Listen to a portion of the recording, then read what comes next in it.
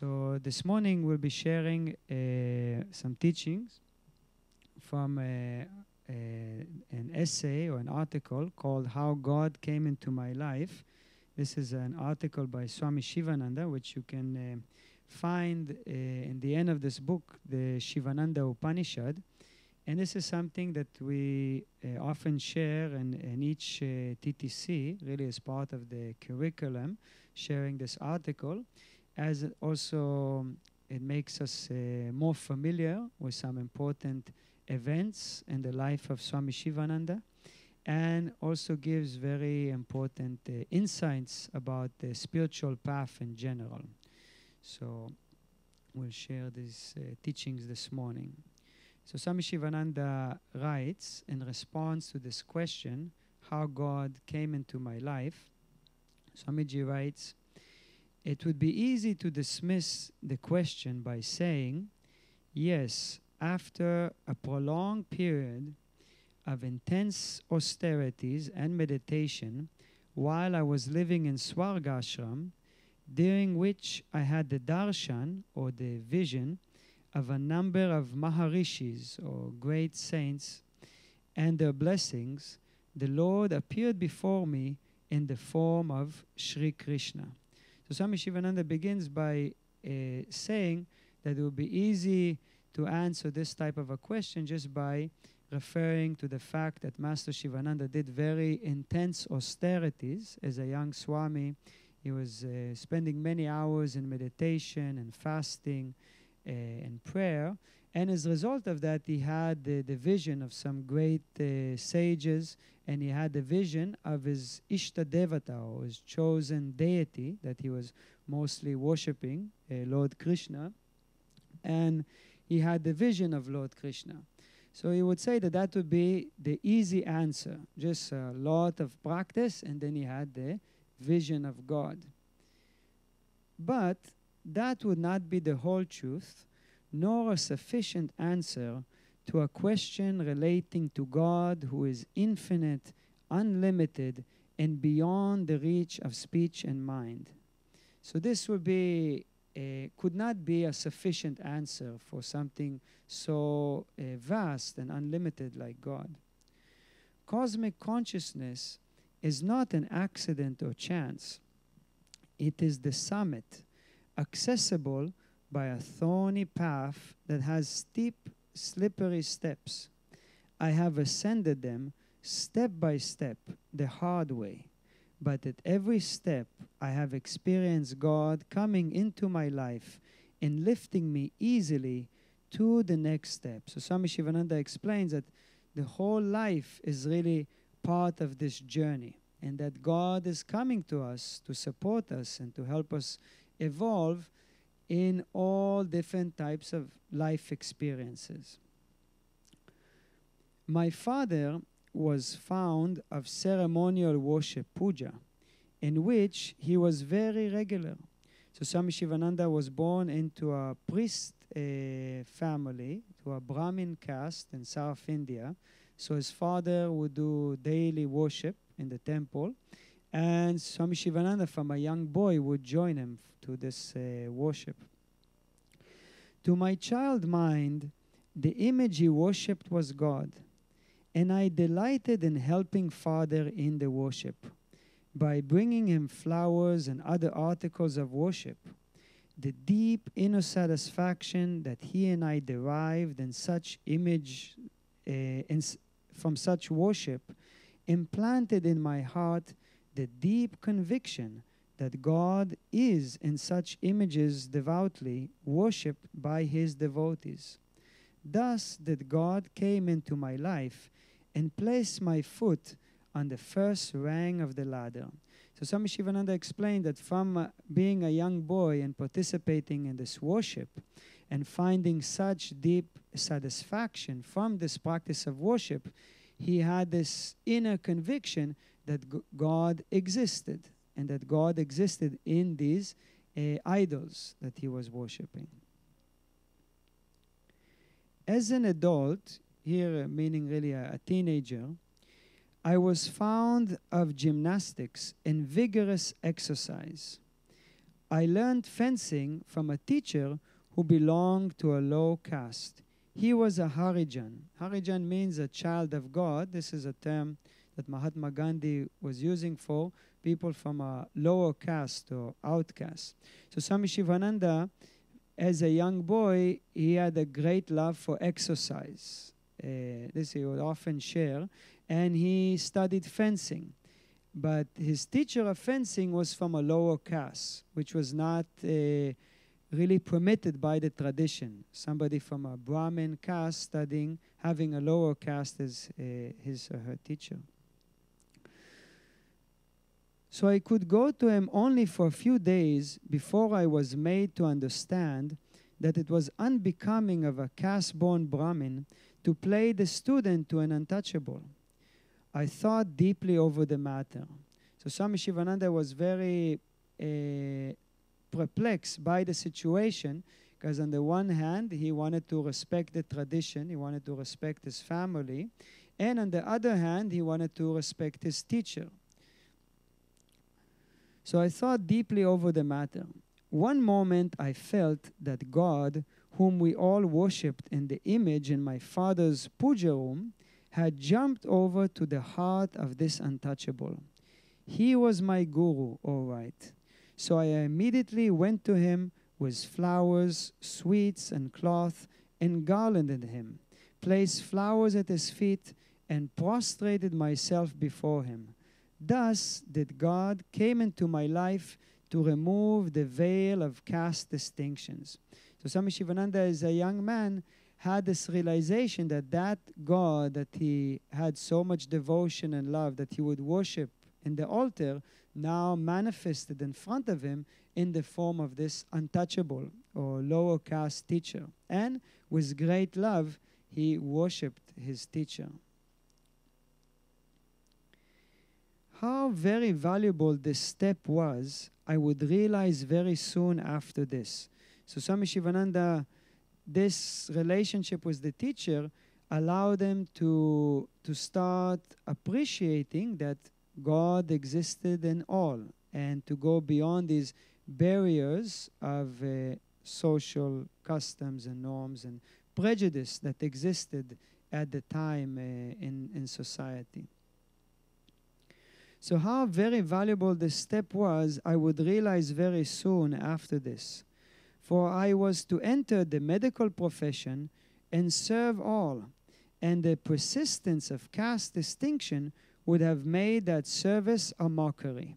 So if as a medical doctor he would have this type of a prejudice, what type of a doctor would he be? So he realized that. With this mist clear by the light of God, it was very easy and natural for me to serve everyone. So Swami Shivananda recognizes that it was the God's grace that removed these delusions from his mind. I took very keen delight in every kind of service connected with the healing and elevation of human misery. If there was a good prescription for malaria, I felt that the whole world should know it the next moment. Any knowledge about the prevention of disease, promotion of health, and healing of diseases, I was eager to acquire and share with all. Then God came into my life in the form of the sick in Malaya. So Swami Shivananda, also something that was very extraordinary, is that he left India to Malaysia at the time, to serve the sick and the poor there. And this was also something that was very unorthodox in a sense, where traditionally Brahmin-born would not leave India, as India was the Holy Land, and it would be inappropriate to leave India and to go to different countries. But Swami Shivananda realized that as a doctor, his duty was to serve all, and that's where his service was needed. So then God came into my life in the form of the sick in Malaya. It is difficult for me now to single out any instance, and perhaps it is unnecessary. Time and space are concepts of the mind and have no meaning in God. I can look back now upon the whole period of my stay in Malaya as a single event in which God came to me in the form of the sick and suffering. So Swami Shivananda recognizes that that whole experience, God came to him in the form of all these different types of people who were sick that he had to take care of. People are sick physically and mentally. To some, life is lingering death, and to some, death is more welcome than life. Some lead a miserable life, unable to face death. Some invite death and commit suicide, unable to face life. The aspiration grew within me that if God had not made this world merely as a hell where wicked people would be thrown to suffer, and if there is, as I intuitively felt there should be, something other than this misery and this helpless existence, it should be known and experienced. It was at this crucial point in my life that God came to me as a religious mendicant who gave me the first lessons in Vedanta. So Swami Shivananda was treating this one sadhu, this wandering mendicant, who gave him teachings on Vedanta. And it came, Swami Shivananda explained, at the right time, when his mind was becoming to see the inevitability of suffering and that there must be a way out of the suffering. The positive aspects of life here and the real end and aim of human life were made apparent. This drew me from Malaya to Himalaya. And God came to me in the form of an all-consuming aspiration to realize Him as the self of all. So Swami Shivananda was filled with mumukshutva, or a burning desire for liberation. Meditation and service went on apace, and with them came spiritual experiences, till body, mind, and intellect as the limiting adjuncts vanished, and the whole universe shone in His light. God then came in the form of the light, in which everything assumed a divine shape. The suffering that seemed to haunt everybody appeared to be a mirage. The illusion that ignorance creates on account of sensual appetites that lurk in men. So Swami Shivananda was filled with wisdom. He recognized that this was God's grace that allowed him to see beyond the illusion of suffering, to be able to see the ultimate grace or divinity behind it. One more milestone had to pass in order to know Sarvam Kalvidam Brahman, all indeed is Brahman.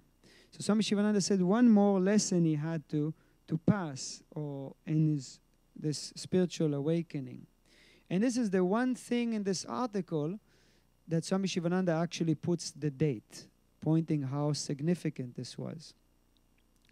Early in 1950, on 8th of January, God came to me in the form of a half-demented assailant who disturbed the night satsang at the ashram. His attempt failed. Swami Shivananda doesn't so much say try to kill him, he said he disturbed the night satsang. That was more of an issue. No.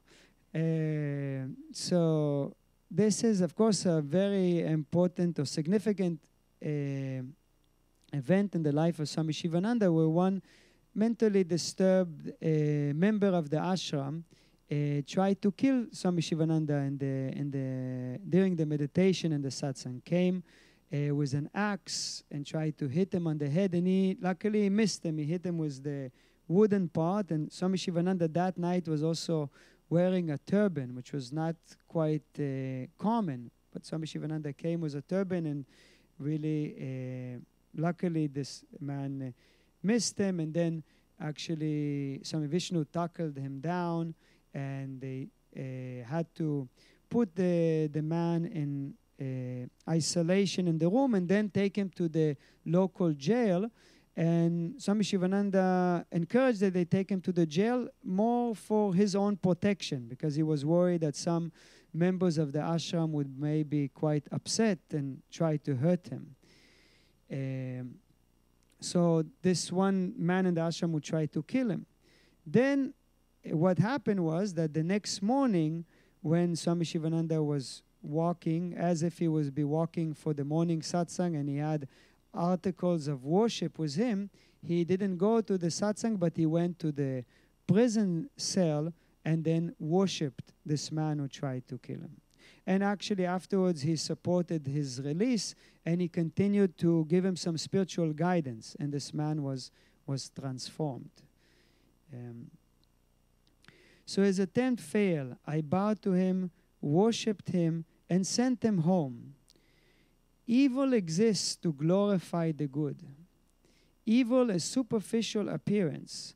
Beneath its evil, the one self shines in all.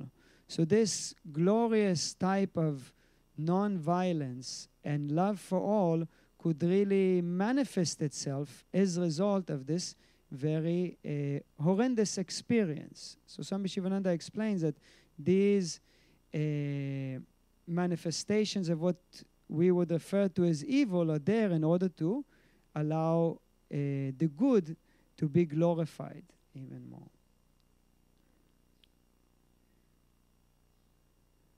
So a noteworthy fact ought to be mentioned here.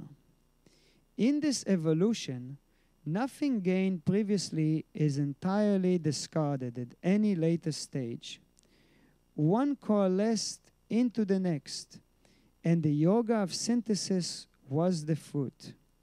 The effective and intelligent synthesis of Murti Puja, or idol worship, selfless service of the sick, meditation, and the cultivation of cosmic love that transcends the barriers of caste, creed, and religion, with the ultimate aim of attaining cosmic consciousness, was revealed. So Swami Shivananda came to the clear understanding of the value of combining the four paths of yoga. It was in 1950 that I undertook the All India tour. God came to me in his Virat Swarup, or the cosmic form. Multitudes of devotees eager to listen to the tenets of divine life.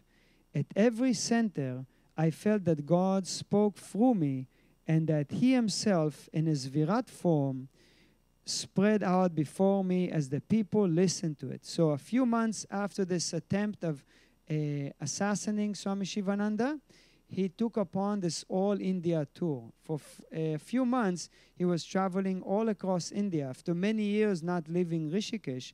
And it was a major event where at each center there would be thousands and thousands of people, sometimes even more than 100,000 people who would come, and Swami Shivananda would lead chanting and teaching.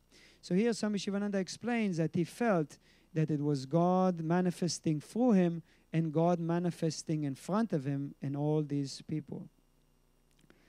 In his Virat form, spread out before me as the people listened to it. He sang with me, he prayed with me, he spoke and he listened. Sarvam Kalvidam Brahman. So Swami Shivananda explains he felt and realized that all indeed is Brahman. Om Tat Sat. So this beautiful essay you can also find online. It's called How God Came Into My Life by Swami Shivananda.